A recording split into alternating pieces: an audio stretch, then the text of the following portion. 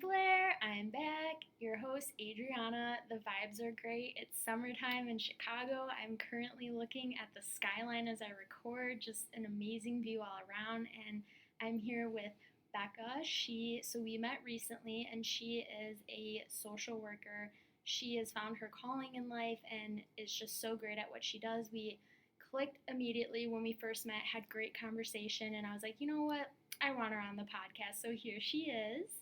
I'm literally so excited to be here. I have been waiting for you to ask me to come on your podcast, I feel like, since we met. So I'm so happy that we're here. Me too. I'm so glad that you wanted to be on it. I'm always I just get so happy when people are supportive and, they listen. That's always my goal with this. Just, if people enjoy it, that's why I want to do it. So excited. We're going to be talking about self-care and being single in your 20s and kind of how the two relate. Obviously, self-care is for everyone. Even if you're in a relationship, you need that. So we're just going to be talking about a lot of things across the board, but I'm really excited for this episode because I have a lot of my own personal experiences that I want to touch on that I think people could, relate to, and definitely with what you do with work, you will have such great insights. So, what is self-care to you? I'm curious because everyone kind of has their own definition. Yeah, I think that's a great question.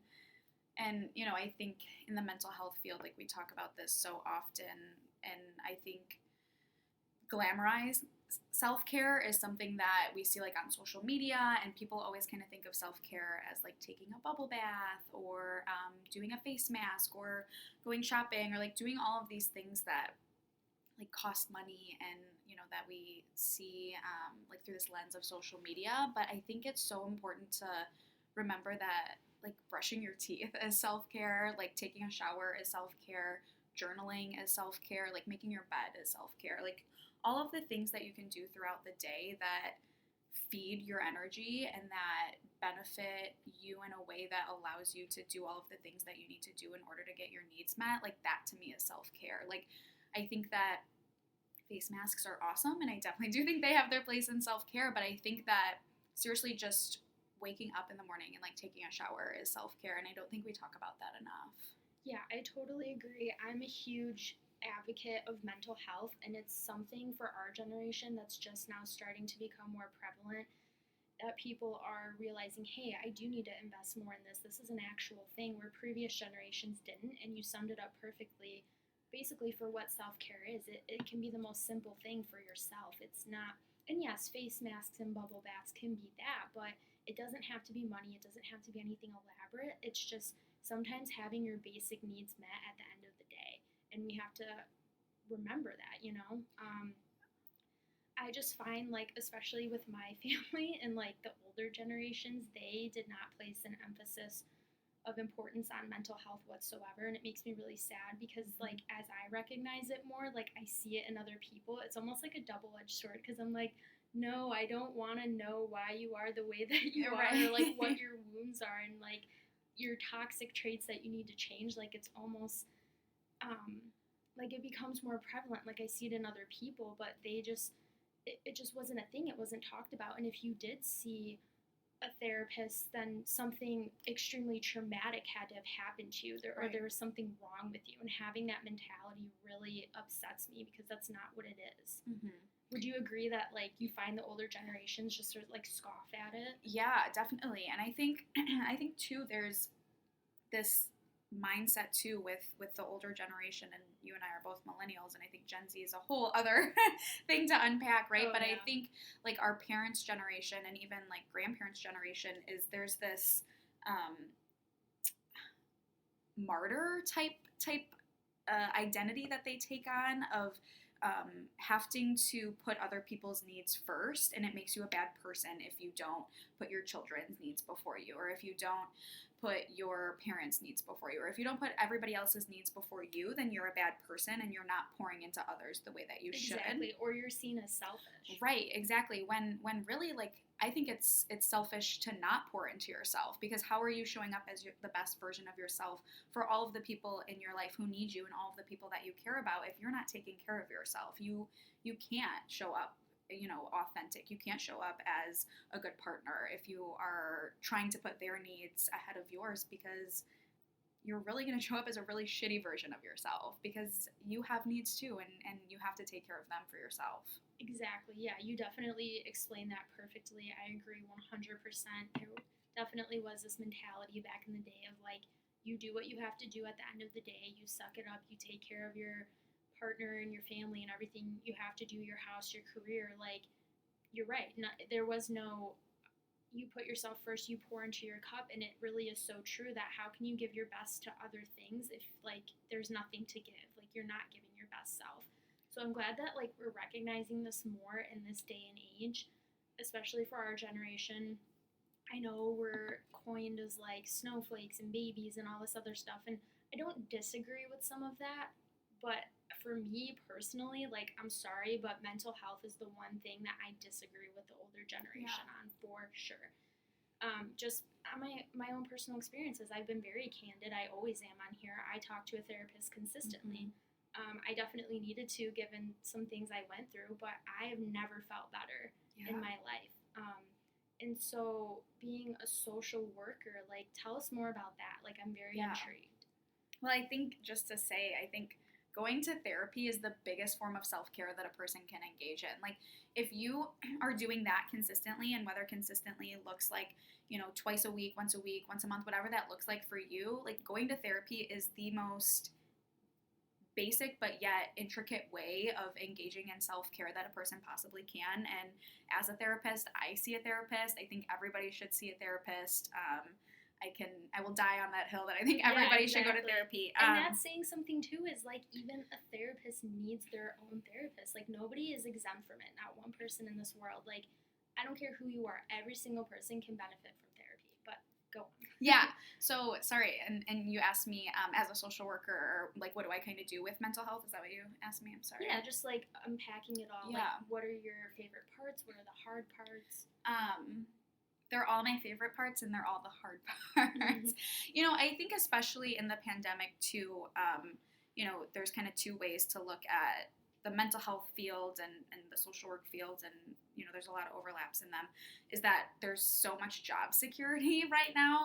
Like within the pandemic, I think a lot of social workers have realized how important their jobs are, and also at the same time, like, the burnout and the compassion fatigue that a lot of mental health providers are experiencing is at an all-time high. Which kind of goes back to that, pouring into yourself before you can pour into others. But yeah, I mean, I think for me, kind of like what I do, or like what my expertise is. So when I was in, so I kind of went into social work. I guess I can back up to why I went into social work, really. Yes. So I really just kind of chose social work on a whim. I really liked psychology. I watched a lot of Criminal Minds when I was in high school. Like, I thought it was the coolest show ever. So I really liked, like, all of the, like, getting to know people's brains in that way. And, I think I was like, okay, social work is not as much schooling as, like, getting my doctorate in psychology, so I guess I'll just go with social work. And I always really thought that I wanted to, do more, like, psychology-based stuff where we're, like, thinking more about the brain. And then when I started social work, I started to find out that social work looks at things through such a different lens than psychology. So really social workers, the difference between social work and psychology is that we're looking at people's environments more, or also in contingent with their brains. So where psychology is really kind of looking at like what are the symptoms and how do we diagnose it, social work is kind of looking at like what are the symptoms, how do we diagnose it, and then what are the barriers to diagnosing it, or what are the barriers to getting them treatment, right? So economics, health, physical health, right? Like their access to medication, all sorts of things. Like so social work is really looking more towards like a person and environment lens, where a lot of times psychology is looking at it more just like straight to the point of, we diagnose you with borderline personality disorder and here's the medication, right? Where social work is really kind of looking at barriers and reasons why in the environment. And I really fell in love with that, and it really like changed my perspective on what I wanted to do for the rest of my life. And I was very lucky. The school that I went to for my bachelor's was in a really rural, small town in Michigan, but the social work program was just ideologically wise so different than the community that it represented, and it really kind of shifted my focus into what I was passionate about, and it really like helped me find what I'm doing now. So I really thought that I wanted to do work with criminal justice reform. And then I went and got my master's, and I did my internship with the Cook County Public Defender's Office. So I was working with a lot of people who were incarcerated in the Cook County Jail. And I fell in love with that. And I really thought that that was what I wanted to do. And then life happened, and I was just applying for any jobs that I could possibly get. And that's how I stumbled into infant and early childhood mental health consultation, which is what I do now. And it's so similar to criminal justice work without even really realizing that it's related to that, because it really talks a lot more about like preventative mental health measures before kids are expelled from school, or before kids start to experience, these bigger diagnoses that they're kind of slapped with in school, right? Like oppositional defiant disorder and all of these other ADHD, all of these different diagnoses that kind of like travel with them. And it's more of like a preventative measure to help the adults in their lives kind of understand why they're behaving this way, instead of a more reactive approach, which was kind of what I was experiencing when I was working with folks who were incarcerated. So yeah, that's kind of my gist of how I got to where I'm at. But I know, that's so cool. There's so much there. I was like, oh my goodness, like a very cool path that you took just to how it led you to where you are today. I had an internship with the public defender's office in college because I was criminal justice initially, and I kind of thought I had closed the door on that. People have asked me, do you think you'll ever do anything with it? I don't know, maybe, but it's interesting when you were talking about like how you were working with that population, and even, I actually was interested at one point in working with the Juvenile Delinquent Center.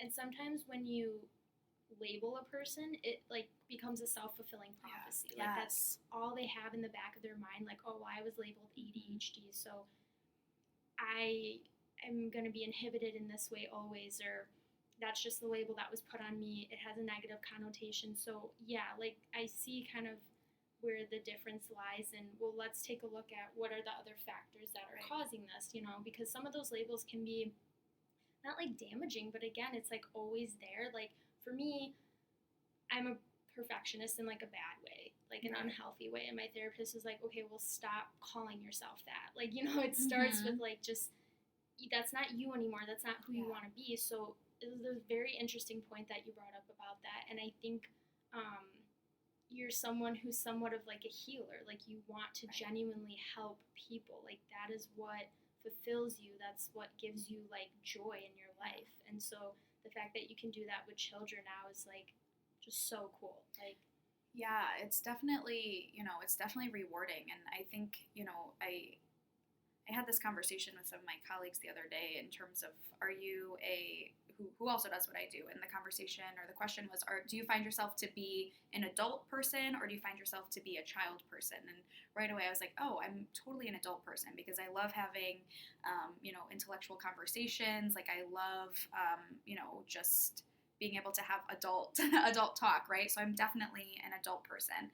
And I kind of started thinking about it a little bit deeper and I'm like, wait, like, I think I'm a child person because I'm so much more able to like disrupt some of these internal narratives that kids have about themselves in such an easier way than we are with adults who have been going about this learned behavior for decades, right? And it's so much harder to like break that chain of thoughts than it is for, a kid. And I work with infants to early childhood, so that's birth to 5 years old. And kids are so resilient and they start to lose that after a while when they continuously have these narratives put in their head about what they can or what they can't do. Yeah, that's very true. It would be more challenging for an adult who, like you said, there's so much already there that you literally have to take a shovel and dig through the subconscious, the societal conditioning, like all of that's already there.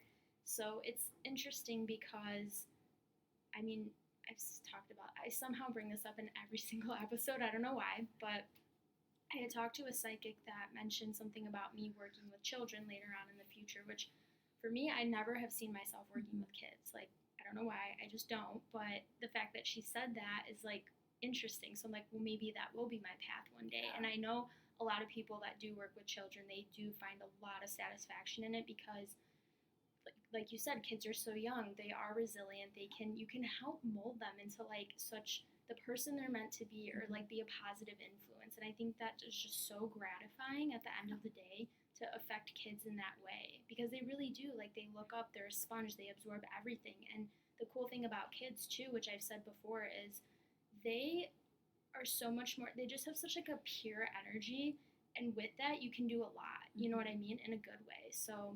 That's so cool. I love that. Buy yourself flowers, treat yourself to something nice or a coffee, and then acts of service, taking time off when you need it, finding solutions instead of focusing on a problem, and making yourself a priority and being able to say no. Right. So I just thought that was really cool. And what would you say are ways you kind of like give self-care to yourself? Yeah, I think as a therapist, and I think, anybody who's listening, and I'm sure you can attest to this being in therapy, is a therapist always will tell you journal, write down all of your thoughts. It doesn't have to be a diary. It doesn't even have to be full sentences. It can be pictures. It can be artwork. It can be poems. Just write it all down, get it all out. And I think I started going to therapy, it's probably been 2.5 years now that I've been consistently going to therapy. I was in grad school. And I have gone through so many journals since I started, and it is the best way for me to be able to remind myself that I love myself, to be able to remind myself that I deserve to get these thoughts out of my head, like I deserve to be able to put them, to use some form of an outlet to get them out that's not continuously bitching to my friends about all of the stuff that's continuously going on in my life, right? Because like boundaries are super important with that too, right? And that's not to say that I don't have a great support system and that they don't help me with my self-care, but you also have to take accountability of your own self-care. And I think learning to be alone with your thoughts and finding a way to organize them in a meaningful way is so helpful for self-care. So I definitely think that's my biggest form of taking care of myself. That's like literally amazing that you said that, and you again explained it in such a brilliant way to convey to other people, because I am the exact same way. And I've said before, like journaling is like one of my number one ways that I give myself self-care, that I can try to cope, because nobody understands what's going on in your head more than you. Right. And you have to be able to know, like you have to kind of, it's having a conversation with yourself essentially. And it is a great space to get out your innermost thoughts that nobody else needs to know. Yes, we can vent to friends and family, but we don't always want to be that person complaining and venting all the time. Like we have to be able to do that with ourselves. And I've read too, like it really can lead to your subconscious thoughts. Like once you just start going, like we're probably very similar in the sense of like we can just start journaling and it takes off from there like immediately. Like I have times where I'm not even kidding, I can journal for an hour or two. Like it's insane. I'm like, how is there this much in my brain that I have to unpack all the time? Like how long would you say you journal for? It depends. I say I do at least 10 to 15 minutes every day. Like that is my my commitment to myself, is that I have to at least do it for 10 to 15 minutes a day. I will put on like a Spotify meditation playlist in the background, and I need to at least do that because I have to take care of myself in that way. It's not fair to myself to keep all of these thoughts in, right? And it's not fair to, like I said, my friends to be continuously blowing up their phone about my issues that are going on. So, I've done it for 10 minutes before. I've done it for an hour and 45 minutes before. I think it all just depends on where I'm at in that moment, what my needs are. And, we talked a little bit too about like children being resilient. And I believe that every single person has their inner child still somewhere within them, and it's really like in that moment I tried to like feed my inner child's needs of how much journaling I need to do and what my journaling needs to look like sometimes I need a more structured journaling where I'm really like asking myself reflective questions and answering them in an honest way, and sometimes it's more of just like writing down random words or writing a poem or something like that, right? So it's really like kind of internally thinking like, what does my inner child need in this moment, and then honoring that. Yeah, definitely. I kind of mentioned that concept in mental health, the inner child, and why it's important to acknowledge it and like know that it's there. And for me, like when I journal, it really started as a way for me to just like vent everything out, to like just release it somewhere. And then it'll just carry from one thought to the next. So I agree. It kind of depends on my mood and what I'm going through. Sometimes like lately for the past 2 weeks, it's almost every day. Sometimes it's once a week. So kind of just depends. A lot of people say like they don't know where to start, what to write. And so I tell them to start with prompts if they're feeling like it's difficult. Like I don't even need prompts. Like I can just go. But I would say for people, like, definitely start with prompts. I think that's a good opener to kind of lead you into, like, navigating yourself and the thoughts that you have and unpacking all of it. And then I have talked about this in an episode, too. Have you heard of the Burn After Writing book? Mm-hmm. Yeah, I have heard of it. I don't have it. I feel like, not to be an elitist journalist, but I feel like I'm at the point in my journaling journey where I'm like, prompts are counterproductive for me now because I feel like I can't get all of the stuff out, but I definitely think for starters it's like a great point. Yeah. So my therapist recommended that because she knew that I like journaling, and some of those you really had to think about. Like I filled out the entire book because again I just love doing it. But, like I'm trying to think of some of the prompts that, like one of them was like what is a song you'd want to play at your funeral? Like super random and not something you'd want to think about, but I can answer that question now. And that's not something I ever thought I'd be able to say. So I recommend it to everyone. I think it's so great. And then you're supposed to burn it after writing to kind of release and like get everything out. But it's like $8 on Amazon. Yeah. So recommend that to people beginning their journaling journey. And then, sorry, I lose my train of thought at random times. So do I. It's okay. I also think a book that I read actually that gave me a lot of journal prompts that I wasn't reading it to necessarily have journaling prompts, Untamed by Glennon Doyle. Just her story is so beautiful and it's so reflective and inquisitive and just all over one of the best books I've ever read in my life. There's so many reflective questions that she asks, which my favorite, and I might not be quoting it perfectly, is what is your beautiful or your most beautiful version of your life? And that's just such a loaded question, right? And I think being able to just think about that, right, of just anything, right? Like if you're struggling with a relationship, like what is the most beautiful, most true relationship that you could tell a story about?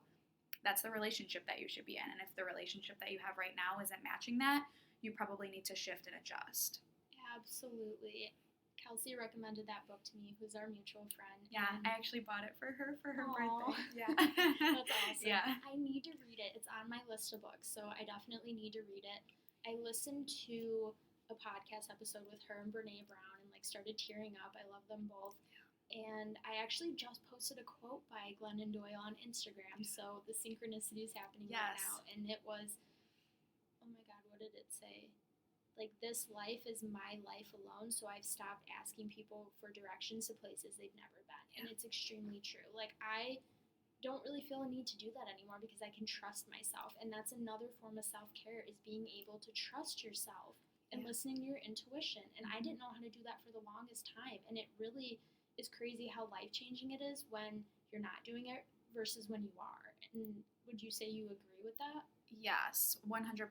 I think I could do a whole podcast season on Glennon Doyle and how she has changed my life, but 100%. I think whether it's women or society as a whole, I think so often it's so hard for us to trust our intuition or to trust our gut instinct, and we have to ask other people advice on what we should do when it comes to making any decision, whether it's like a major decision regarding a relationship or just like, what do I want to eat today, right? Like, we always need other people's feedback. And I think that being able to finally come to this conclusion of like, holy shit, I'm the only person who has to like go to bed at the end of the day with these decisions like on my heart. So like, why does it matter what other people think of my decisions, or why am I going to them for guidance? They're not the ones who then has to walk down that path, right?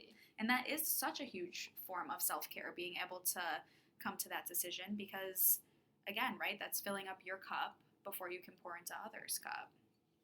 Absolutely. And I tell people whenever they come to me for advice, just know every single time I'm going to tell you, what is your gut saying? Like, at the end of the day, 100%, that is what I will tell people when they come to me for advice, because it's so true. Like, at the end of the day, you have to be the one to live with the decision you make and be okay with it and accept it. And that's sometimes the hardest part, is we have we know what we want to do, but for some reason we can't accept it because we think, are we going to be judged? Is it the right decision? What are other people going to think? Well, I need to consult someone. No, you don't need to do any of that. Right. And I, in the past, have taken people's advice that was not good for my situation. And then I was like, wow, wish I would have done that. And I will never do that again. At the end of the day, the only person that I need to consult is me. So it's always refreshing to find people that are on the same wavelength. They understand, agree, like all of that.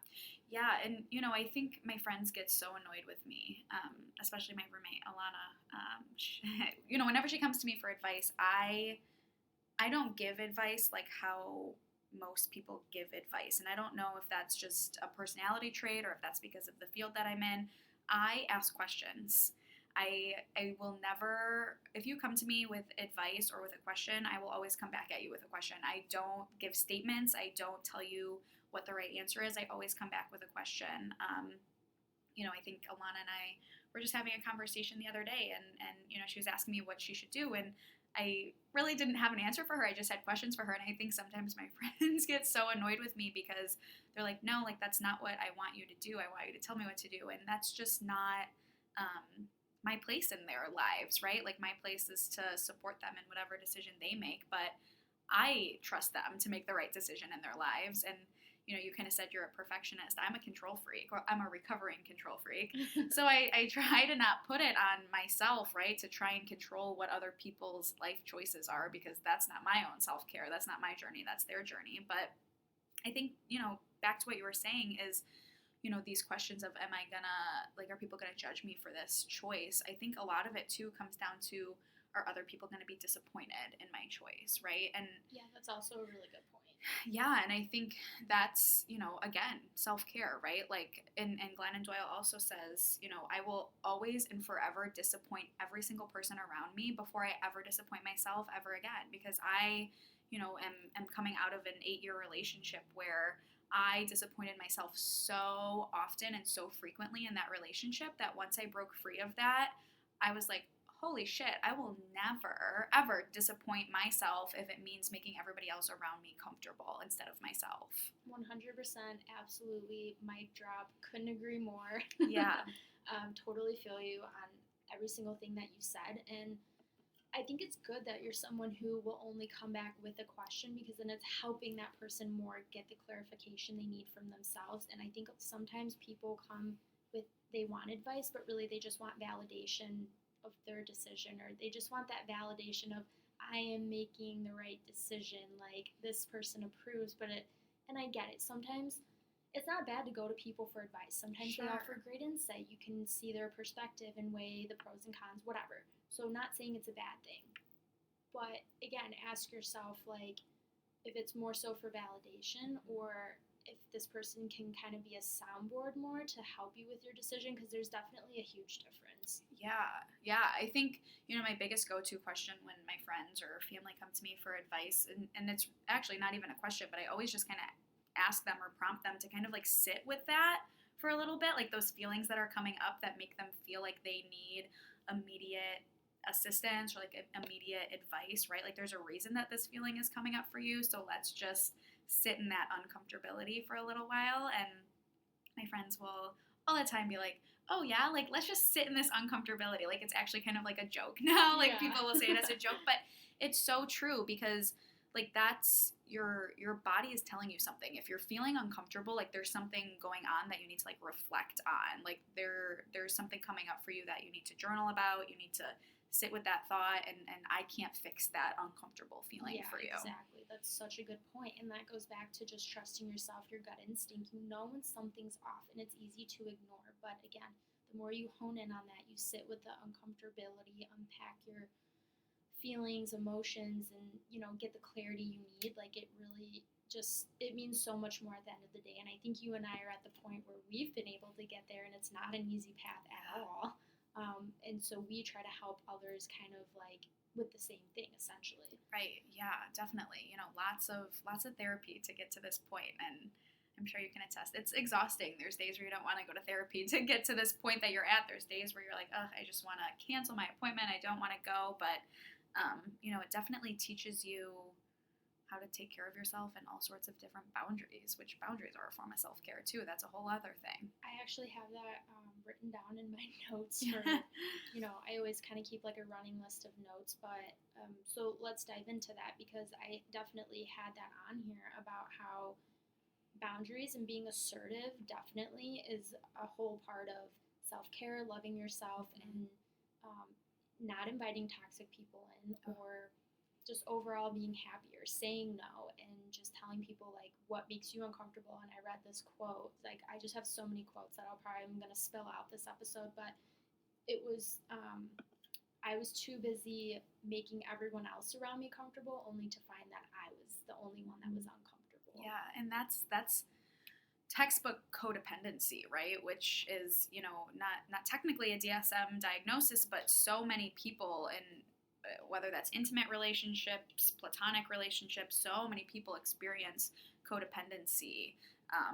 And that's really comes from a lack of boundaries, and consistently putting yourself in situations where you lack boundaries, and then you take on this identity of codependency in all of these different relationships that you're having, where you are willing to make yourself miserable if it means that everybody else around you is comfortable. And that can stem from, needing external validation. That can stem from attachment. There's a bunch of different reasons that codependency can stem from. And I have experienced my own, romantic and platonic relationships where there's been some pretty serious codependency issues, and it's a lot to unpack, but taking the first steps to implement boundaries in at least one relationship is really like a catalyst for like shifting some of those behaviors that you don't like about yourself, or that make you feel like icky or uncomfortable or not happy. Yeah, absolutely. And I was about to ask you if you have experienced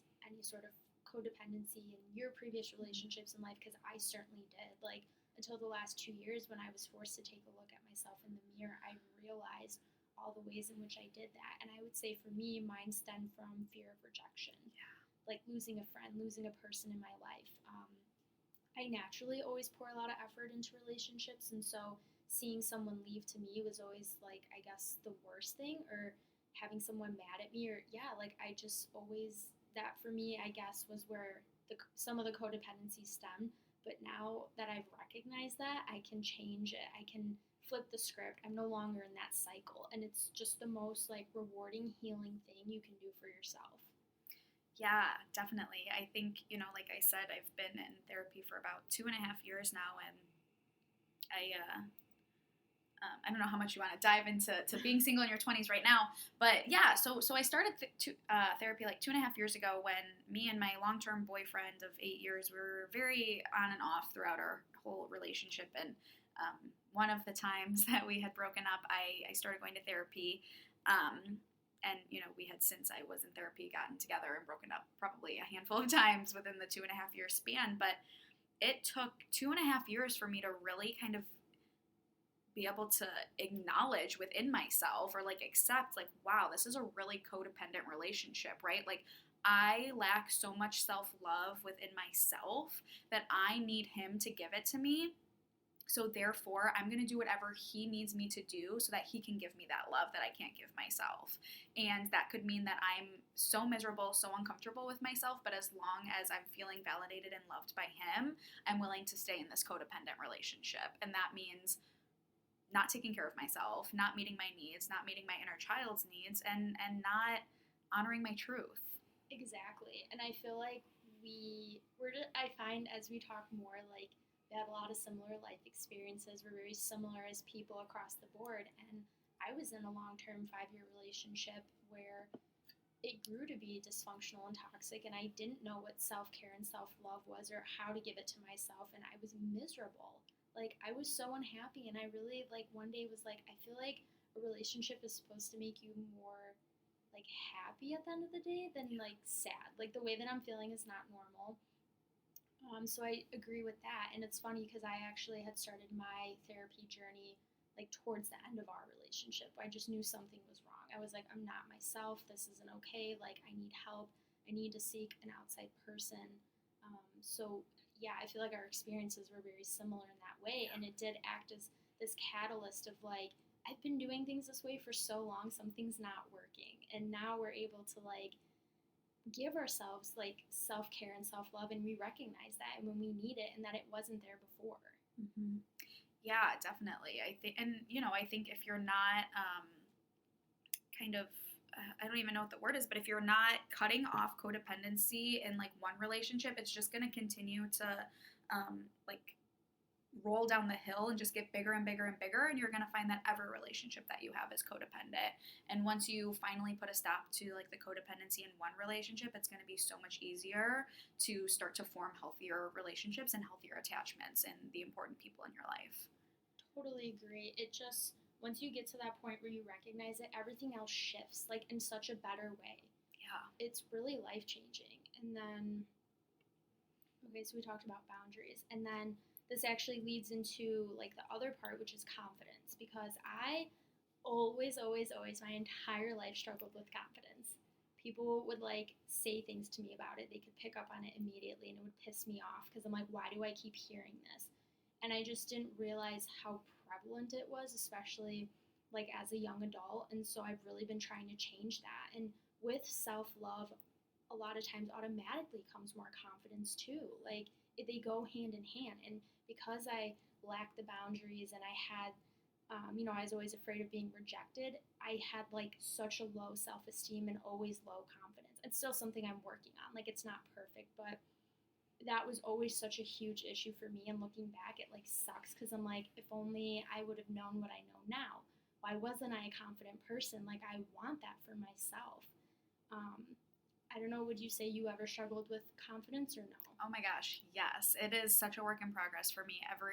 Every single day I have to remind myself. And, I think when you were talking about the love languages and like giving those love languages to yourself, and, there's scientific research to back that words of affirmation to yourself truly do up your confidence levels. And it makes, there's research, there's data, there's studies that prove, people who wake up in the morning and say at least 3 words of affirmation to themselves, within the next couple months, they really start to actually feel those things, right? So I always tell my clients, just pick 3 affirmations. You don't even have to believe them, and I promise you in 6 months from now, you will believe them, right? So I think, and I say all that to say that, yes, absolutely. I have, my whole life, I've struggled with my confidence. And I think there's many different reasons for that. And, you know, that's from my own childhood trauma, from, you know, I'm one of 3 girls, which makes, you know, comparisons really, really prevalent in my household, and, you know, just all sorts of different things. And I think it has taken me so much to even get to where I'm at now, and I still have so much more growth, right? But, and whether that's confidence with like body image, confidence with like the way I present myself, my personality, like there's just so many different ways that confidence is affected. And I think like so many times people think like, oh, but like you look so good, like why are you like insecure? And it's like, wait, but like there's so much else like unpack with like confidence, right? Like that can stem from like, oh, like I feel like I'm not smart enough, or I feel like I'm not witty enough, or like all different, I feel like I'm annoying, right? Like all different sorts of different ways that a person can be not confident. And I think, again, like falling into the cycle of like codependent relationships like can really affect a person's self-confidence. And toxic relationships, right? Like if you're staying in a toxic relationship, you don't love yourself. Like there is something that you need to unpack there. If you are in a relationship, right, where you're saying, wow, this relationship makes me more sad than it does happy. Like something's not right here, right? Like that's self-sabotage. Like you don't love yourself if you're staying in a relationship. And, you know, I can say that for myself, that I didn't love myself being in a toxic relationship for 8 years, right? Like who puts themselves in that situation for 8 years if they love themselves? Probably not a whole lot of people that have high self-confidence are putting themselves in that situation. A lot of people don't know that either. Like they think, and that's what it was for me. Like and I said this before we started recording, I'm so loyal. Like when I'm in a relationship, you're my person. I would never cheat. I don't even look at other people. So I try to pour my whole self and effort into sustaining it, even past the point of no return. Like, you know what I mean? When I'm not getting anything. And so a lot of times people think that, oh, by me staying and loving this person and hoping they'll change, that's what true love is. But what they don't understand is, no, that's actually a lack of self-love. Like we, I guess, are more like in tune with like therapy and all that, so we recognize it, but so many other people don't, and I didn't at one point. Like I genuinely thought by me staying, I was trying to give more to the relationship. That was me showing love, sticking it out. Like a lot of times that's what people think they have to do, right? You know? Yeah, definitely. And you know, I think since kind of breaking out of this cycle of, you know, this previous relationship of mine, and, you know, being newly single, I have developed so much more and self-respect, right? Like so much more self-respect, self-love, confidence, where like if I'm like dating a guy or like casually seeing a guy and he's not putting in the effort that like I need to see in a relationship, like there's not something wrong with me, there's something wrong with you, right? And I'm a therapist, but I'm not your therapist. And if you want me to be your therapist, I charge $150 an hour, right? So it's like learning, like it's so enticing to get back into that cycle of like trying to fix people or trying to get them to love you in the way that you want them to love you, and also idealizing them into a person that they're probably not even actually that way, right? And that's a whole other thing. But being able to like cut it off, and that doesn't mean that I'm not bummed about it or I'm not sad about it or I didn't wish things were different, but it just means that I will never abandon myself in the way that I have previously abandoned myself and allowed myself to lack so much self-respect and self-love. Exactly. Like you're not going to sacrifice your happiness and what's good for you just to stick it out in a relationship. So I totally feel you on that. And I'm just glad that we've both like have recognized that and let go of that relationship and are able to like embrace. And they say too, like, I don't know, the 20s are a really crazy, confusing time. I feel like finally now, after so many years, I'm like stepping into my power. Like I know my 30s are going to be way better than my 20s. Fuck the 20s. Like I'm over that, so. Right. No, I totally agree. I think that's something that not a whole lot of people really talk about, right? Is I feel like the 20s are glamorized. I don't know if that's just me, but I felt like they were so glamorized. Like when I graduated from grad school, I'm like, oh, like my 20s, and it could also be the fact that we were in the pandemic for, you know, a few years of my 20s, but I really thought like I was going to be just living my best life, like having so much sex and meeting so many guys and like doing all of these great things. And I probably like spend Friday nights crying more often than I had like imagined that I would, right? And I'm like, wait, this isn't how it's supposed to be. Like, I did not think that my 20s were going to be this hard, but they are hard. And I think it's because, and maybe they aren't the same for other people who aren't on a healing journey. I don't know. And I think that that's something that's not talked about enough either, is like when you're going through this healing journey, right? And like gaining self-love and self-respect is so awesome, but it also kind of sucks because it means you're cutting people out of your life left and right because you don't put up with that shit anymore. So it's like really great, but also there's like some really challenging times in your 20s with that. Oh yeah, definitely. Healing is not easy at all, and that's how you know you are, is because you're facing yourself, you're facing the things that make you uncomfortable, you're making different decisions, cutting people out of your life.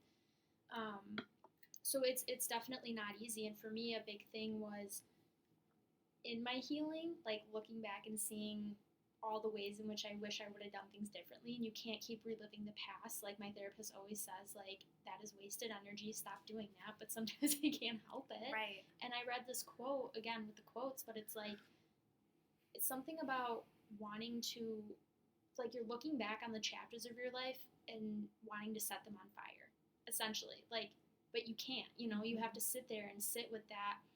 I wasn't the person I was then, and I was hurt in all these ways, and I wish that that could have been changed, but it can't. So there is a lot of difficult parts with the healing journey too. You know, it's not all sunshine and daisies. You have those moments where some days you feel like a bad bitch, like, yeah, I'm confident, I'm like, you know, stepping into my power, and then you have those other days where you do want to cry and you feel confused, and like you look back on the past, and I don't know, it's crazy, honestly. Like, yeah, there's so many mixed emotions and complications. And then another thing that I wanted to bring up really quick, so we're definitely going to dive all about in the 20s and being single and stuff, but one thing I wanted to wrap up with, just the self-care and the confidence thing, is like being okay with rejection. I think that's a huge part of it. It is. Being okay with rejection and freeing yourself from the desire to alter others' perceptions of you. Yeah. Because nobody doesn't want to be liked. Nobody wants to be disliked, right? But you're going to come across those people who, for whatever reason, just don't like you. You don't get along. And so I actually have a really quick story. So by the time I release this, I won't be at my current job, which I'm so excited for. This is, for me, definitely, this was a form of self-care. It's a dysfunctional, toxic work environment. I'm over it, had to get out. So my manager, the property manager, we basically never clicked or got along. I've worked under way better managers before, but you know, you got to do what you got to do. And she was very, like, I don't want to say toxic as a person, but just the worst manager I've ever worked under. And like, for whatever reason, we never clicked, but I really tried to like bridge that gap with her. And I I brought her a crystal one time, or, you know, she would come to me for advice on spirituality, or, you know, I would always just try to go out of my way to be nice to her, even when I felt like she didn't deserve it sometimes, or I don't know, it was a really weird situation to be in. But essentially, you know, she put in her 2 weeks recently, she's gone, but on her way out, she kind of made me look bad to her boss and told him, like, oh, well, I don't know why there was such a disconnect with us. Like, was making me trying to seem like the bad guy. I'm like, you're a 40-year-old woman. Stop taking things personally. I did everything I could to make sure there wasn't, like, I wanted a good relationship with you as a manager, and you sat in your office and didn't talk to anyone all day. Like, you are a toxic boss, you know what I mean? Like, look in the mirror at yourself. And she didn't even fulfill all of her 2 weeks. She didn't come in on her last day, so now she can't ever be hired with the same company again. So that's saying a lot alone. And then the crystal I had given her as like a nice gesture, I was like looking for something in her desk because it's like, you know, she's not there right now, and I found it. So she didn't even take it with her. Oh, wow. Yeah, so I'm like, okay. Oh, and she blocked me on Instagram. Oh my gosh, she's like a 40-year-old woman? Yeah, super like fake to me in the way that she treated me while she was there, and then the minute she left, it was like totally gave me the cold shoulder, wanted nothing to do with me. Okay, that's fine. That's your own projections and perceptions. Whatever you're dealing with in your own life is, you want to see me as the bad guy when I'm not, but okay, whatever. So I found the crystal, and it's citrine. So when I gave it to her, it was like a really bright yellow, Well, when I looked at it the other day, it had like a huge crack in it. And sometimes crystals can change their composition depending on the energy. And it was white. It's like half white now. There's a huge crack in it. And that means there's definitely bad energy around her because I've never seen a crystal like that before. It did not look like that when I gave it to her. So I just buried it outside because they say, like, when a crystal breaks or does something, you should just put it in the earth. So I buried it outside. But I'm like, listen, everyone who knows me knows that I try to make people and spaces better. So to see that after her and the way she treated me, and I had my day, obviously, where I was dwelling on it and I was really pissed off. But at the end of the day, you can't change what people want to think about you, even if you are the greatest person ever. Like, there might always be, like, just like they say, you could be the ripest, juiciest peach, and there's still going to be someone that doesn't like peaches. Yeah. So now, like, I don't care at all. Like, it's over and done with. But just that, like, fear of people not liking you, the fear of rejection or being okay with it, I think is also a huge part of confidence, and just knowing at the end of the day it doesn't matter because I love myself and I know who I am. Right. Yeah, no, I totally agree. You know, I think with rejection, I mean, first off, that's like a crazy story. Like, those crystals are definitely telling you something. And I mean, you know me, like when we first met, our conversation, I'm like a whole believer in all of, you know, like all of that energy and stuff. But I mean, I think with rejection, I would be lying if I'm the most confident I've ever been in my life right now, and I would be lying if I didn't say, like, yeah, if somebody rejects me, that fucking hurts. It does, right? Like, we're human. Of course it's gonna hurt. I would be a little bit worried about, like, narcissism if somebody was like, yeah, it just rolls off my back. Like, I don't even care. Like, of course, like, there's a little inner bit of, like, I don't know, like a burn or something like that, right? Like, that hurts a little bit. But, you know, and it's still a work in progress for me. You know, I think it's a little bit easier when it comes to rejection, like in platonic relationships, than it is like in intimate relationships for me right now in my journey. But, you know, and like you said with the peach analogy, I actually saw a TikTok the other day, and it was like, you know, if you could be sushi and he could really like pizza, but that doesn't mean you're gonna put cheese on yourself, right? Because that would like that would ruin who you are. You're not gonna try and you know, make yourself something that you're not just so that somebody can like you, because that completely ruins like who you are as a person and what you have to bring to the world. But I don't know how familiar you are with like Enneagrams, but yes, I have that as a thing on here. Yes. See, total like on the same page. Yes. Yes, it's all aligned. Yes. So I am an Enneagram 4. What is your Enneagram? Okay, I wasn't sure for the longest time. I literally had to retake the test like 10 plus times, but finally I know for sure I'm a 3. Okay, I can definitely see that. So I'm an Enneagram 4, and what is yours? Like, what is that called?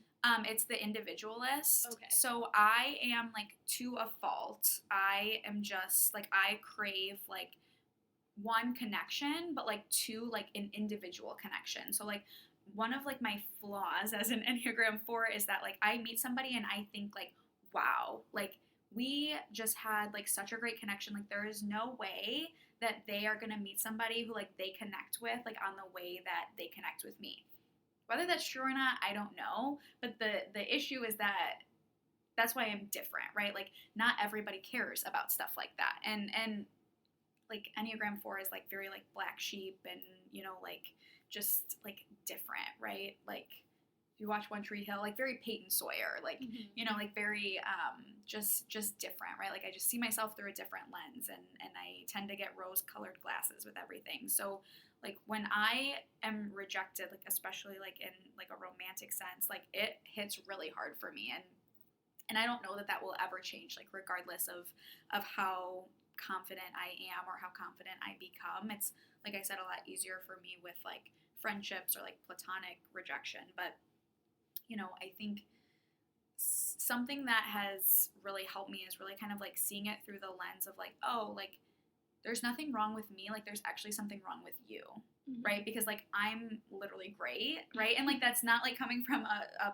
place of like narcissism. Like I have flaws. Like I'm very well aware of my flaws, right? Like, you know, we all have flaws, but I think just being able to like differentiate, like, and we had this, I think we had this conversation before we started recording, like men from like 20 to 30 are just like not in the space where they are like wanting to like date you and fall in love with you and like right. like hookup culture, like whatever it is, right? Like whatever it is. And I think too, like, not in terms of rejection, like not reading into like all of the things, right? Like I am always like, what does this text mean? Or like, what did he mean by this? And it's like sometimes like people really just mean like what they're saying, and there's like not like more to read into it, right? Like I'm the same way. Like I literally will just Google the most random thing. Why do people do this? What does this mean? Like, yeah, I try to get any sort of confirmation, validation, explanation for, and people have told me I'm an overthinker, so I totally relate to you on that sense. Yeah, and it's like sometimes it's just that they don't like you.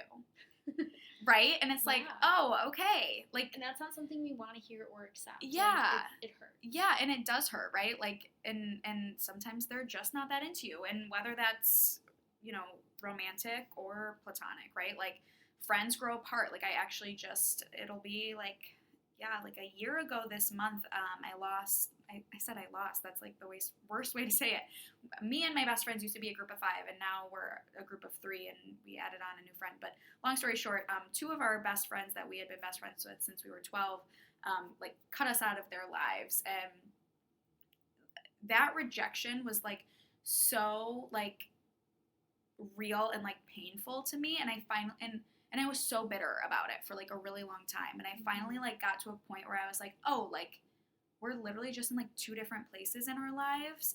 And I think again, like going back to like this whole conversation that we were having earlier of like who you're giving the power to and like in a situation where you're being rejected, like makes all of the difference, right? So it's like when I lost this friendship with 2 of my best girlfriends, like I put all of this power into like, oh my gosh, like I was so awful to them. Like they hated me. Like how could they have just dropped me like this? Like what did I do wrong? Mm-hmm. When really like I didn't have to shift all of that power into them. And it really was like, oh, like they also weren't giving me what I needed either in that friendship.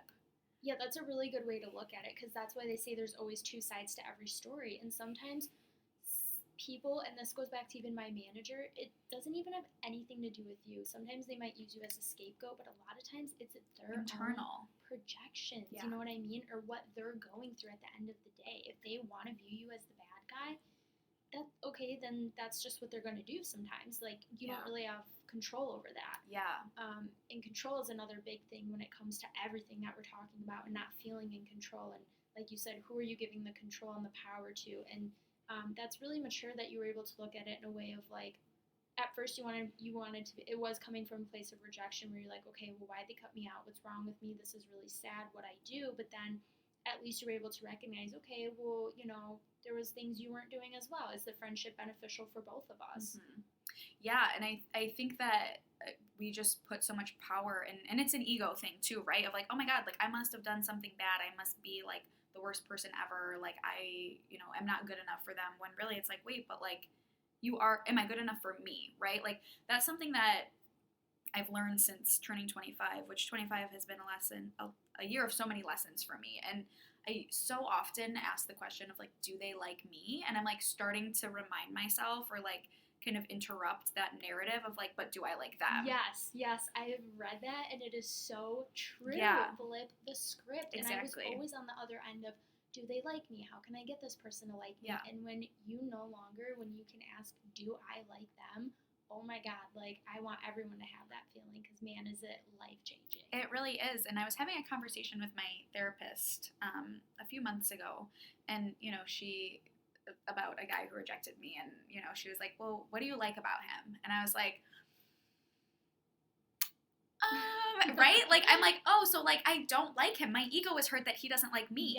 Yes, that's such a good way to recognize and put that. It's not even that we actually even like the person. It's wanting that validation of being liked and desired. Right. And that's so natural, so human, right? Yeah. Like me and my friends always, in a joking way, but like really like owning it. Like I am the main character of my life, right? So it's like, of course I want everybody to like me because I'm the main character. Like if you don't like me, like what the hell is going on here? But like, I'm not the main character of their life. And if they don't like me, like they don't like me. And I probably don't like them, right? And I think that's forgotten too. Like if they don't like me, I probably don't like them either. Right, exactly. Because there's something going on with the energy in the room that's causing them to not like me. Mm-hmm. Yeah, and it's easier as you get older to recognize. Like for me, the biggest saying that I come back to is rejection is redirection. Yeah. In the moment, it's hard. Like, I'm not gonna lie, I was hurt by stuff with my manager, but in a sense, it's like I feel like the universe, it just automatically kind of, whoever and whatever is not meant for you is just gonna go. And sometimes that comes with feeling rejected, Yeah. but just know that rejection is redirection because someone else better is gonna come along for you. Yeah, absolutely. And I think even too, like in a romantic sense and like with guys, like I'm trying to, and I have a severely anxious attachment. So, like I meet a guy and I'm already asking myself, like, what are the colors at our wedding going to be like, right? Like I have a very anxious attachment, which, comes from childhood stuff. But, and, I'm nurturing my inner child and I'm working towards a more secure attachment through my adulthood. Okay, so funny little side note to this episode. We were having such a good conversation. Like, I was so excited to have this material on the podcast, and then guess what? It wasn't recording for the past 30 minutes. I'm so upset. Yeah, we're just gonna take our own advice, and rejection is redirection with this right? one. Like, okay, why did this happen? Yeah. Like, not gonna, overthink it or sweat the small stuff, but little funny whatever, I guess. This is a work in progress. I am not an expert, so everything I've been doing, I've had to learn on my own when it comes to podcasting. I've already mentioned how, like, one time I forgot something for the microphone, or the one episode, the sound quality was bad because we were too far apart. So, you know what? It's just never going to be perfect. And I'm embracing that. Yeah. So, anyways, we're having a good conversation about just being 20 in your singles and, like, how being single in your 20s, sorry. Man, my brain just like shutting off now. It's powering down. Being single in your 20s and what that looks like, or just your 20s in general, because that's the thing with this age is that it looks so different for everyone. Like you have some people who are having kids, getting married, getting a house, they're far in their career, they know what they're doing. But then on the flip side of that, you have us who were single. I mean, I think you found your career path. I haven't.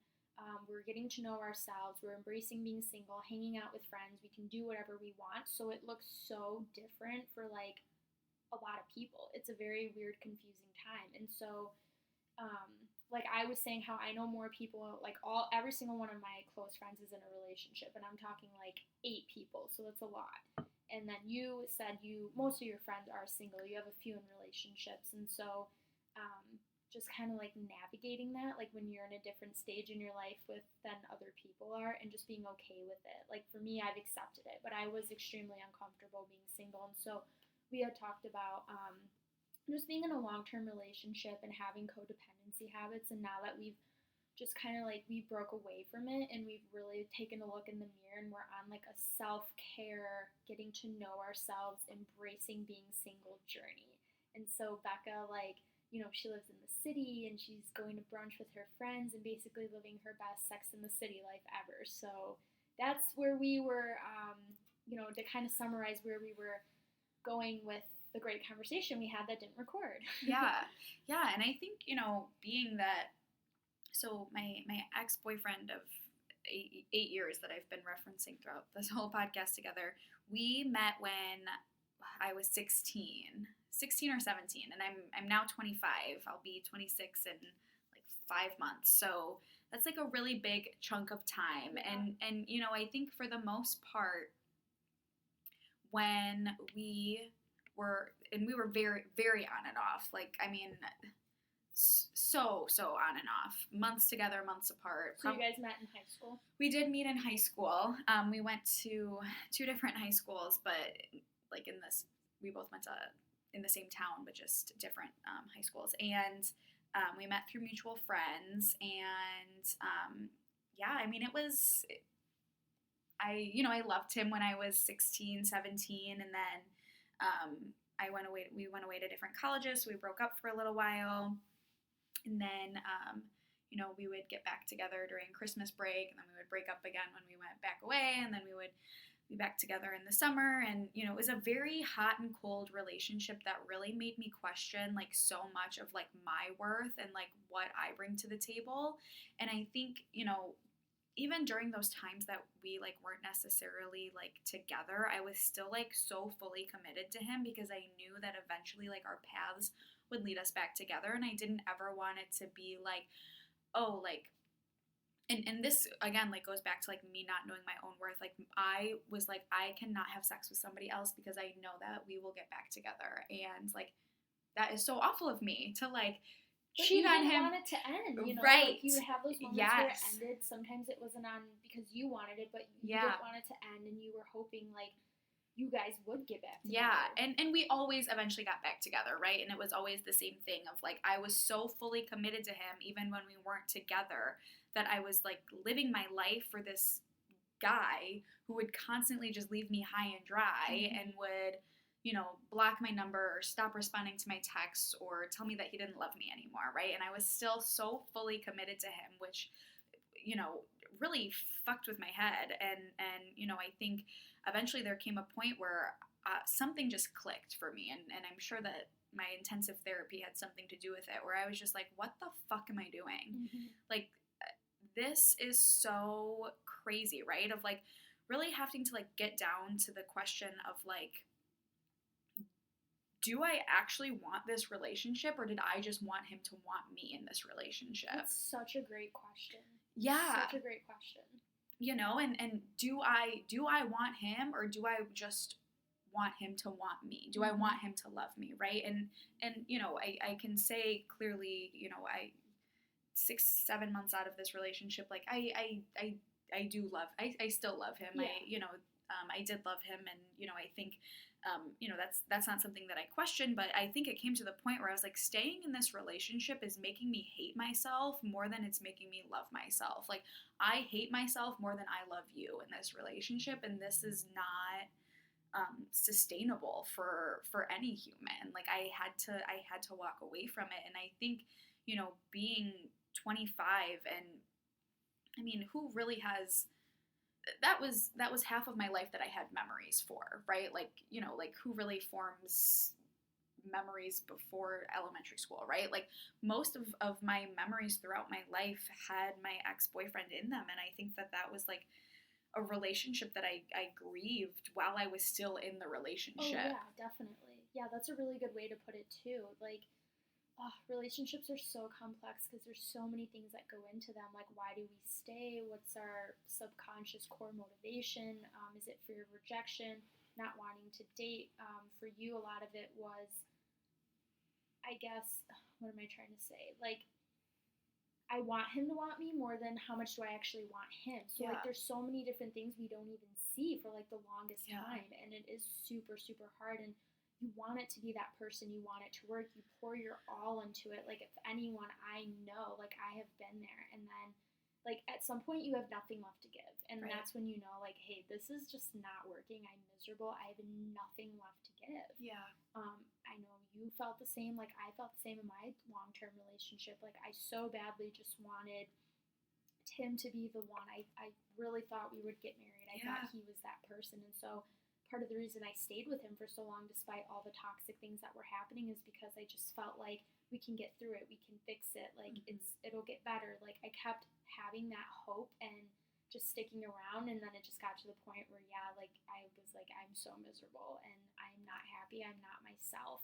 And that's when you know, like, it's time to course correct. It's time to break off that relationship. And it's hard. Like, you know, I'm not going to sit here and say it was easy. It was the hardest thing I've ever done, because you still love that person as a person at the end of the day. Like, they're your best friend. They've been there by your side for so long. And so it's never easy to break off a long-term relationship. And we don't want to sit with being uncomfortable and, like, having to get back in the dating scene and, you know, really being forced to look within. But the fact that we did it and we're here and we're improving every single day, like, says so much. And, like, I want to encourage other people out there, like, you can do it. Like, I promise you. Like, it's going to feel like the end of the world. You're going to feel like it's crashing down, but it literally, things always get better.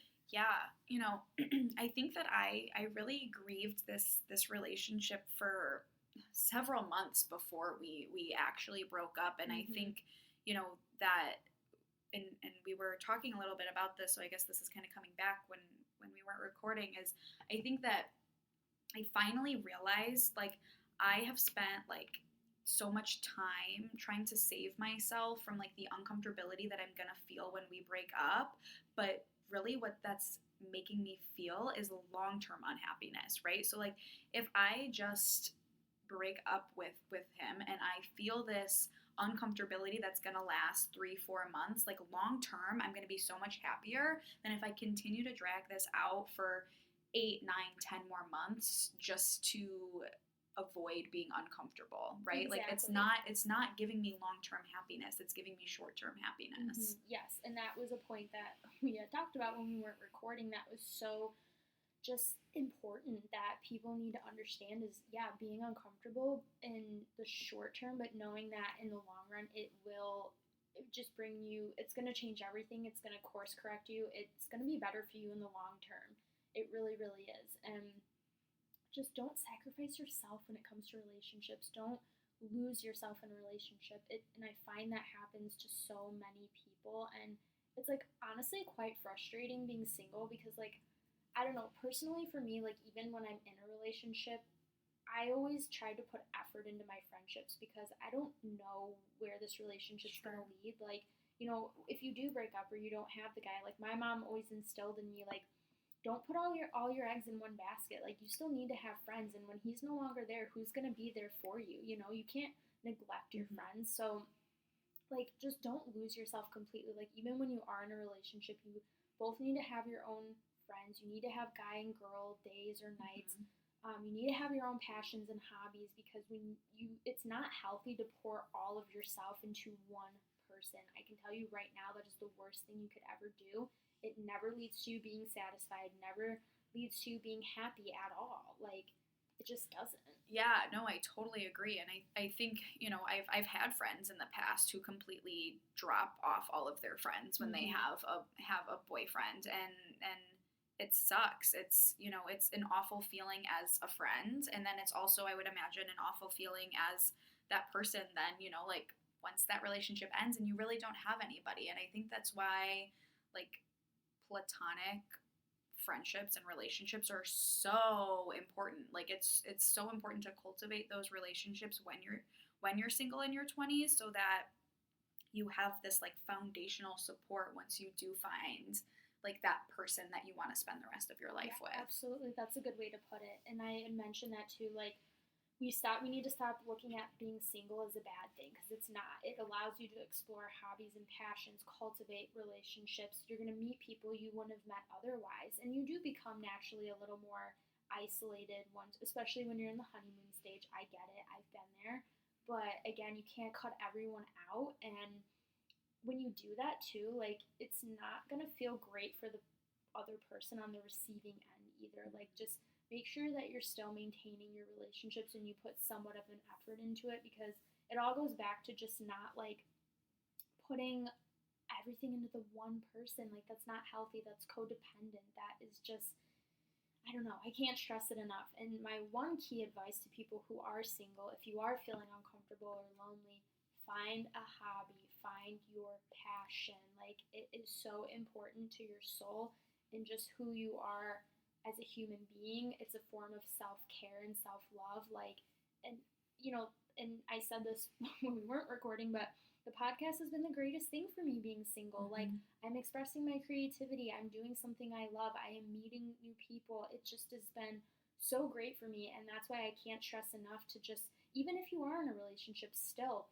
find interests and passions, but especially when you're single, and that is the time to do that and explore it because you're not going to have this opportunity again.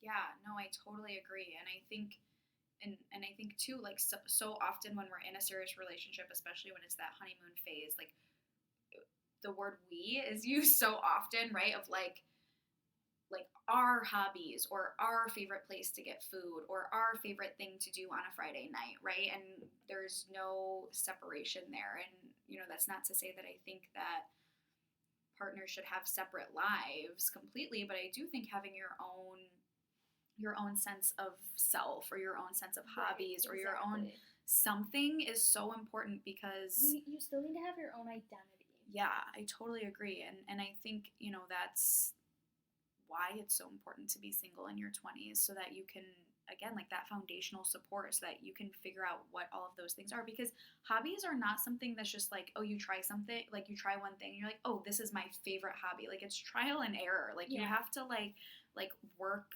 on different things, and you have to put in an effort in hobbies too. Like sometimes things don't come naturally to you. You have to figure out what you like and what you don't like, and that can take some time. And I literally just read that somewhere today. I Oh, can't really? remember. That's so funny. Like, I just read something about that, about you're not going to be super good or natural immediately when you start something. Practice, like, or just enjoy it for the pure enjoyment of it. You don't have to be good at it. Yeah. Like, for me, I never thought I would enjoy doing yoga. I would, like, scoff at people who did yoga. And then I realized, actually, what made me do it is COVID, because, like, you kind of had to work out at home. And, like, oh, this is an easy workout to do. I can just buy a yoga mat, watch YouTube videos, and now I absolutely love it. Like, it just feels so nice to stretch your body and relieve the tension. And not to mention, it aligns with, like, the chakras. So, of course, it was, like, even more perfect. But that's what I'm saying. It's like you have the opportunity to explore that and find new things that you love to do. And then, not that it's a distraction from not being in a relationship, but you're not just going to sit there and dwell on being single and being lonely when you have things to do that you enjoy. Yeah, no, I totally agree. I think that that's one of the best things about being single in your 20s. Yeah, definitely. And so I found this article from Forbes, and it was like, 20 pieces of advice, like, for when you're in your 20s. And so we kind of touched on a lot of them so far with being single, but a big thing that I wanted to reiterate is the whole comparison thing about where you're at in your stage of life versus other people. And so I had mentioned before, like, some people are getting married and having kids and all that, and other people aren't. And so, like, ask yourself, like, if what you wanting those things is really because you want them and what's best for you versus what society or what you feel you have to do it because everyone else is doing it. It's that comparison factor, and social media totally has made that so much worse and amplified it. So, like, for me personally, no interest in having kids right now. Would love to get married and have kids one day, but it's not for me because I know, like, my career is just a very big piece of who I am overall. Like, that for me comes before anything. Like, I have to find fulfillment for my career or I just will be a miserable person, even if I do have a family and a husband. So, like, I'm cultivating that now. That's my main focus. Like, I wouldn't even feel comfortable having a relationship until I knew I was on a good path as far as my career. So that's me personally. What about you? Like, how do you feel? Yeah, I mean, I think when I was in my long-term relationship, I think whether it was what I wanted or what I wanted to want, right? Because I think we talked a little bit about that too, is there's like a really huge difference between, and this comes into comparison, right? Of like, what do you want? Like, search deep within your soul, like, what do you want? And what do you want to want, right? So when I say what do you want to want, what I mean by that is, what is society telling you that you want, right? Like, is that your actual core need, or is that what you are telling yourself that you should want? Exactly. And so, and that's not a real want. That's fabricated, right? So, I think when I was in my long-term relationship, I thought that I genuinely thought that I would be at least married by the time I was 26, which I'm creeping up on fairly soon. But, I don't see that for myself right now at all, honestly. When I'm hungover on a Sunday, it takes every fiber of my being to pull myself out of bed to take a shower. I can't even fathom, like, taking care of a small human right now, right? Yeah, definitely. And I think that I spent as a recovering control freak, I spent so much time trying to map out, like, my 3-year plan, my 5-year plan, my 10-year plan. Like, this is what it's going to look like. And I think that I have really been so great at throwing that out the window. And I am, again, right, like, going back to our, like, not chasing but attracting, of just, I don't put a label on, like, I'm not having kids until I'm 35. Like I'm going to have kids when I'm meant to have kids. Exactly. I'm going to, although I'm not going to have kids within the next 5 years because my Kylina says differently. But yeah, if you have an IUD, we love those. But no, I mean, seriously, it's for me, I spent so much time like, yeah, like we'll be married by the time we're 26, and then we'll do like a year or two single or just married, and then we'll have kids, and to me it's like I'm not, if the universe sends me the right person, then they send me the right person. Yes. Like I'm not gonna say I don't want to meet the right person until I'm 29 or until I'm 32, right? Like I'm just gonna let the universe send me the right person when they send me the right person, and then like shift and adjust from there, right? And figure out my life one step at a time, because it is so fucking overwhelming trying to plan your life around a partner that you haven't even met yet, or that might not even exist. That? Like that's gonna create so much frustration and anxiety. And let me tell you, you can think that you can have things planned all you want, but life is literally gonna be like, fuck you. Actually, this is what's gonna happen. Exactly. Which I learned. Like, didn't think I'd be where I'm at in my life, and that's like the beauty of it. Sometimes it's hard, but like lean into the unknown, and that's something I've had to do. You've embraced it now. Like we all thought in our 20s or late 20s, like this is what we were supposed to be doing or where we would be, but it's not, and that's okay, because things are just going to happen the way that they're supposed to. And I still say the best relationships come when you least expect them. So while you're not like, oh, I don't want to meet the love of my life or like a great relationship, it's going to come to you when it's supposed to, because you're attracting it. You're no longer chasing things that don't align. And that's like a really, really huge, just important piece of advice in general for anyone, but especially for people in their 20s or people who are single that feel like, oh, I'm running out of time, I need a relationship. No, you don't. What you need to do is love yourself and follow your passions and just lean into the unknown. And like that's, for me, totally like something I've had to embrace, because I was extremely uncomfortable with it. And I'm always going to be super candid on here and essentially expose myself, but why would I not be vulnerable and authentic? Who wants someone who lies or like portrays an image that's not true to them? That's not what I'm here to do. And so I have no problem admitting, yes, I'm 27 and I live with my dad and I don't have my career figured out. I'm single. Like I am not anything what everyone else seems to be doing right now, and I have 100% accepted that, and I'm not ashamed, and it's okay, like, because I am just in this self-exploration, like, being spontaneous. Like, I find that, and I wasn't spontaneous before at all. Like, I really am inherently a planner, so I've had to work on being spontaneous, but adding that to your life, like, it just makes it so much fun. Like, I don't know what's going to happen in 5 years. I don't care. Like, I am just living in the present. And that's, oh my God, another big point that I can't stress enough is just being present.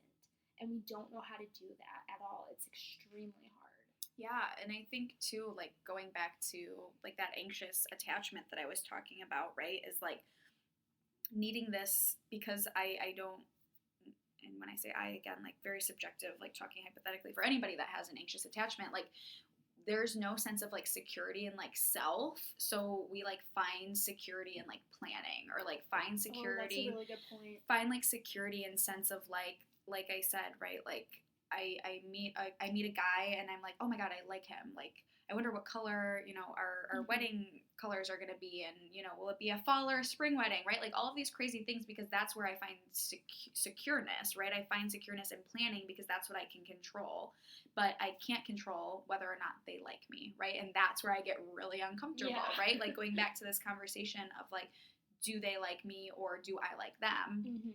And so, yeah, I mean, I think that that's definitely something that being like, newly single in my 20s has taught me to just kind of, like you said, like lean into that feeling of like, I don't even know what I'm having for dinner tonight after you leave.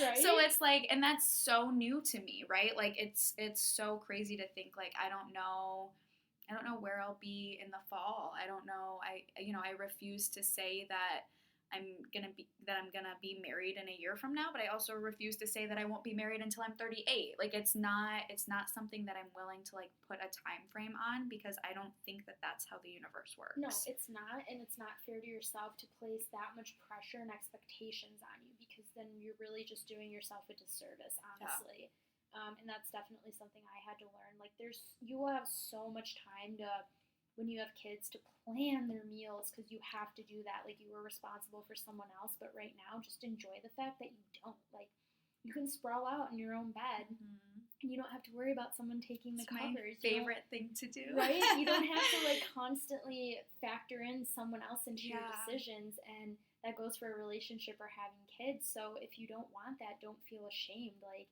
there's nothing wrong with it, and accepting like your needs is also goes back to like the self-care, like just accepting who you are and your needs and what you want. And I didn't know how to do that for the longest time at all, because I let societal conditioning dictate a lot, and I refuse to ever do that again, let me tell you. No, it's such a good point, right? I mean, how many, and I think that even goes with like the concept of like motherhood versus otherhood, right? Of like how many women like have children because they thought that that's what they were supposed to do, but didn't actually want to have children.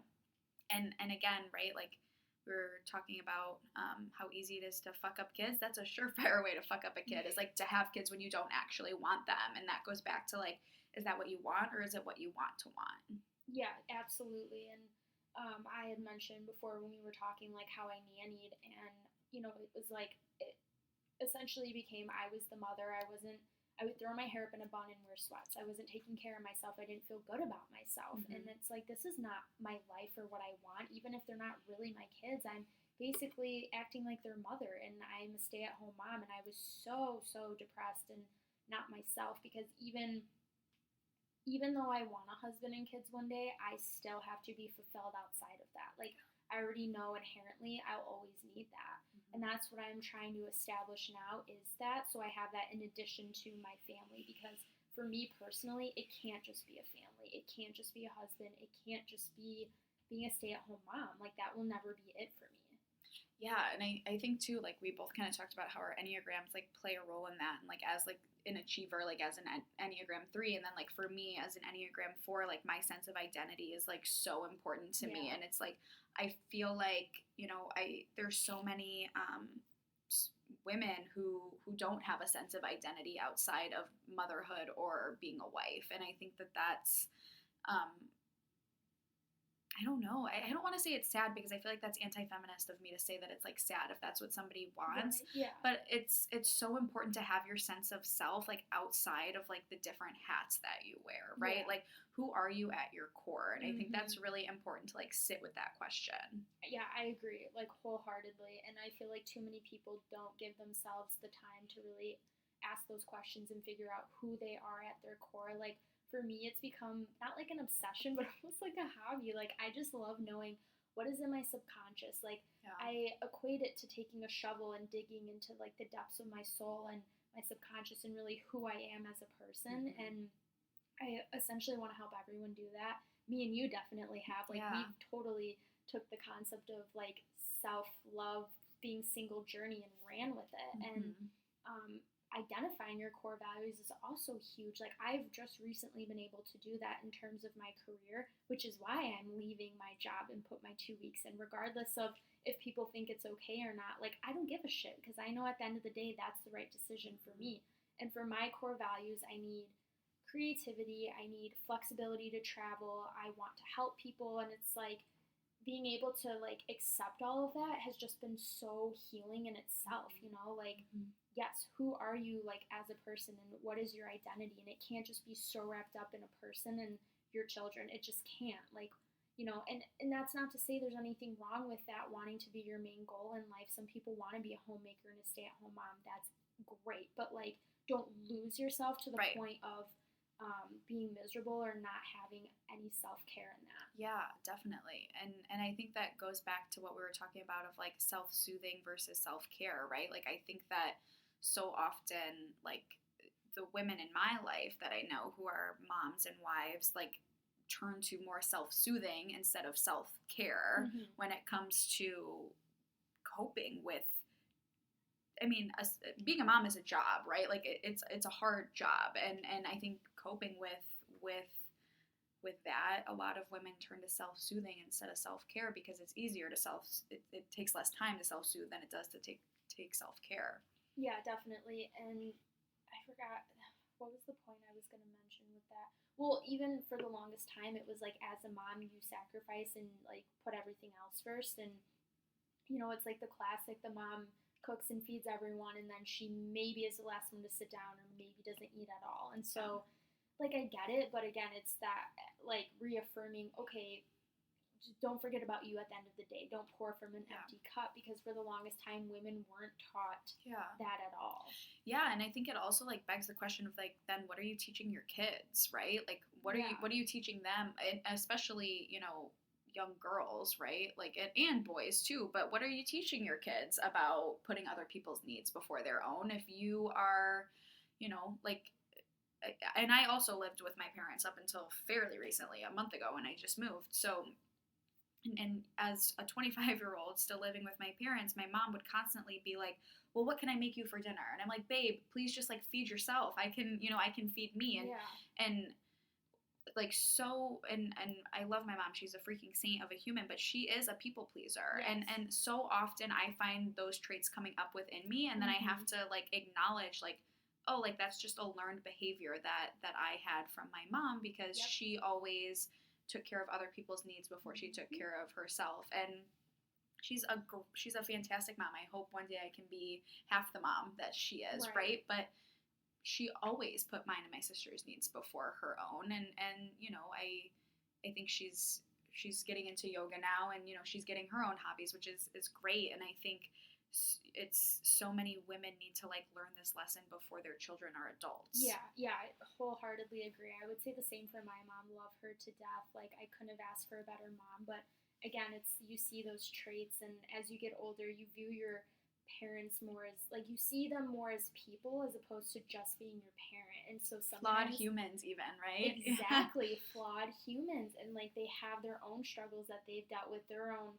trauma from their parents, the generational trauma that carries. And so for us, being very perceptive to psychology, it's that double-edged sword. It's like, I want to know this, but I don't, because now I see it in everyone, and it's like, oh, like I just want to help you, but I don't know how. It's crazy. It really is. And I too like can be a people pleaser, and was always going the extra mile and doing stuff. And I've had to tell my mom, are you basing this decision? I said, you have literally your entire life, you have made decisions based off other people. And I said, for once, just do it on what you want. Like, really think about that. Like, I, as a 27-year-old, had to tell my mom that, like, which is crazy, but it's just true. Yeah, it really is. It's so true. That sense of identity is like so important to develop before you try to form other people's sense of identities. Okay, so definitely have talked a lot of good points, or discussed a lot of good points about self-care in general, what that looks like. This has definitely been a great therapy episode. And then just being in your 20s in general, what it looks like being single, how to navigate that, the benefits. And it's interesting because I wanted to end this talking about Britney Spears and everything going on with her. As I'm sure you know, with her conservatorship, it's super sad.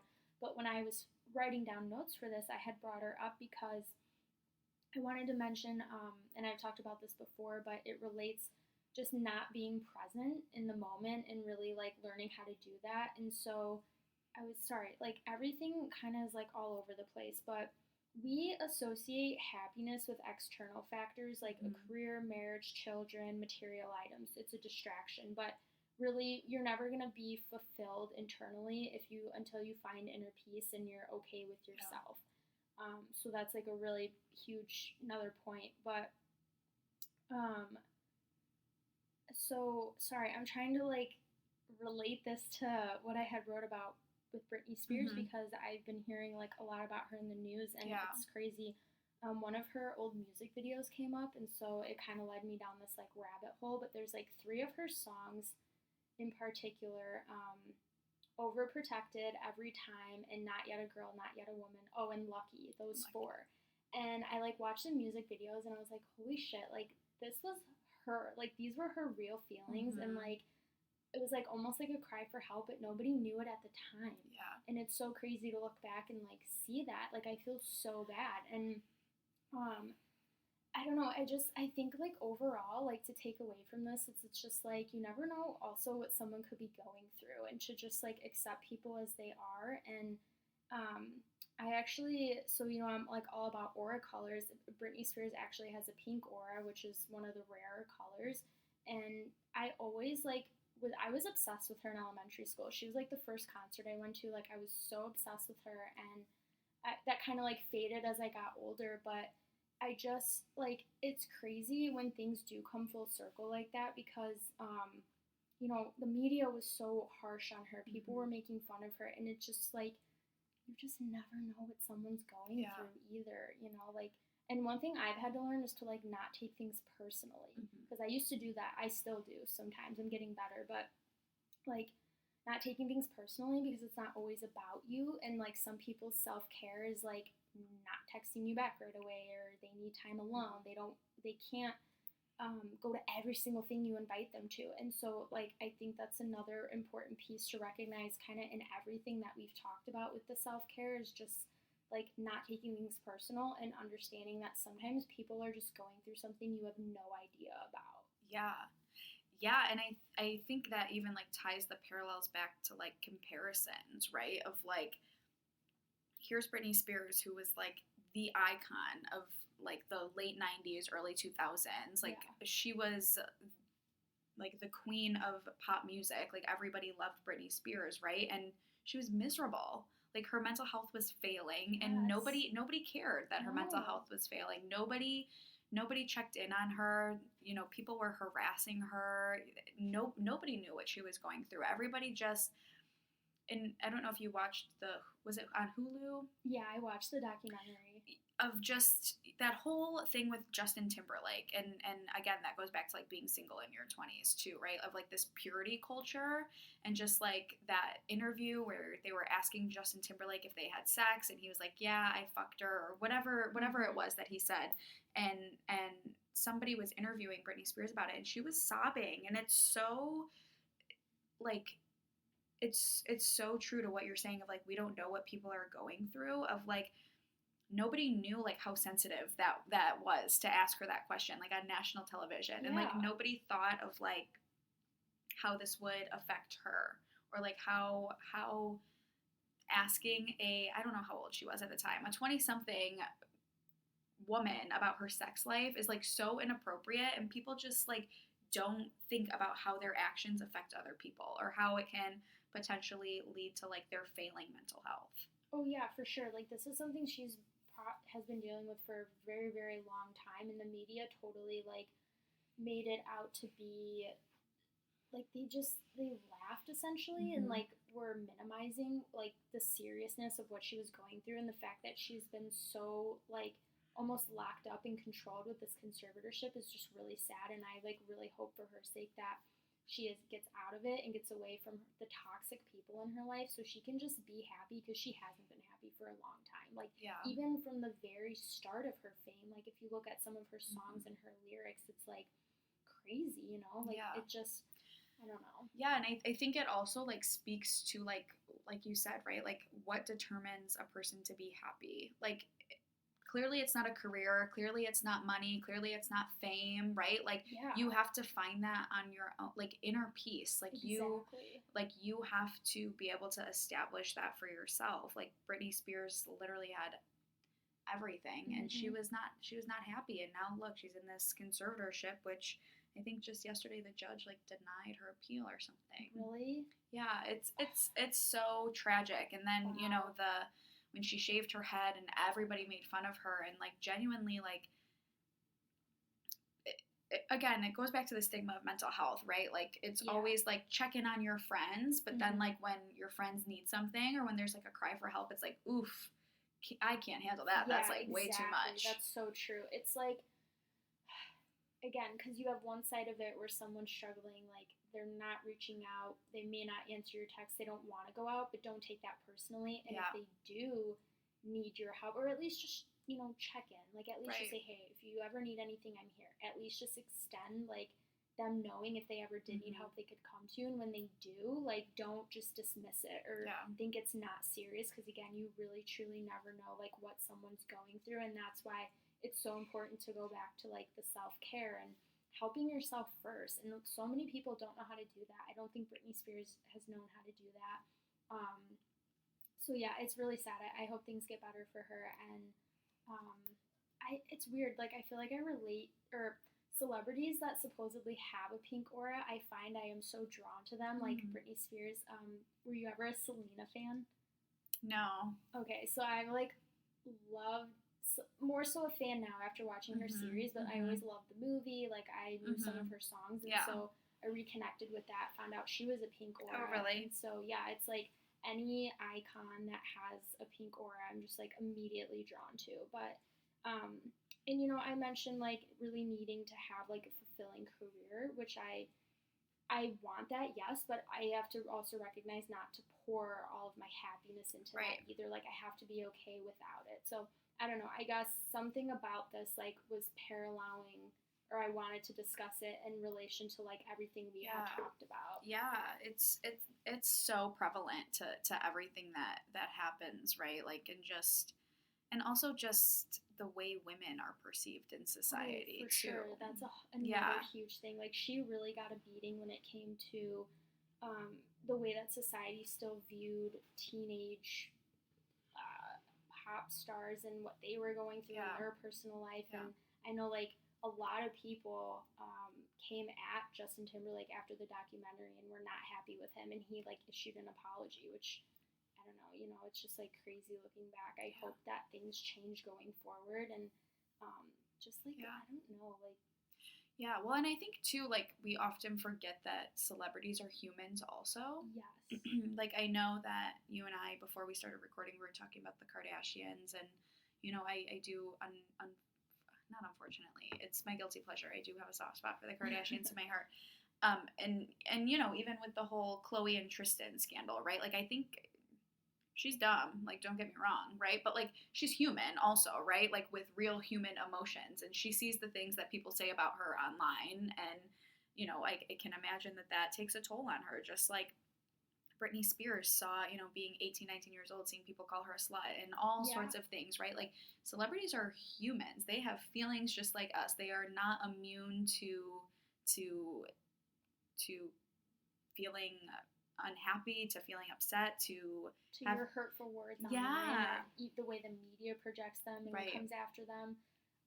Yeah, I just feel really bad in the way that the world and the media treated her, the paparazzi alone. So prayers for Britney and sending Yes. good vibes. Yes. I hope things get better. But just another reminder again of like, feeding your cup, checking in on other people, never assuming you know what they're going through, all the things. So we had such good conversation. Yes. I cannot wait to like listen to this episode later on. We touched on so many good topics that I really like. I know people are going to be able to relate to them. Yeah. There's no way they can't. And so I knew you'd be a perfect person to discuss all the self-care and being single and stuff. So it was so great.